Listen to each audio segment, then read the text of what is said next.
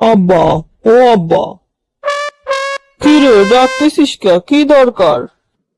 আব্বা, আমার আজকে 5,000 টাকা লাগবে, টাকা দাও। ওই দেখ, মানি ব্যাগের মধ্যে 6,000 টাকা আছে, 1,000 টাকা রেখে 5,000 টাকা নিয়ে যা।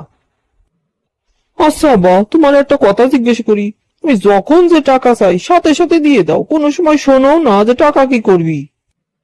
আরে শোনা লাগবে কে? আমি তো জানি তুই কি করিস। তুমি কিরাম করে জানো আমি ওই টাকা দিয়ে কি করি?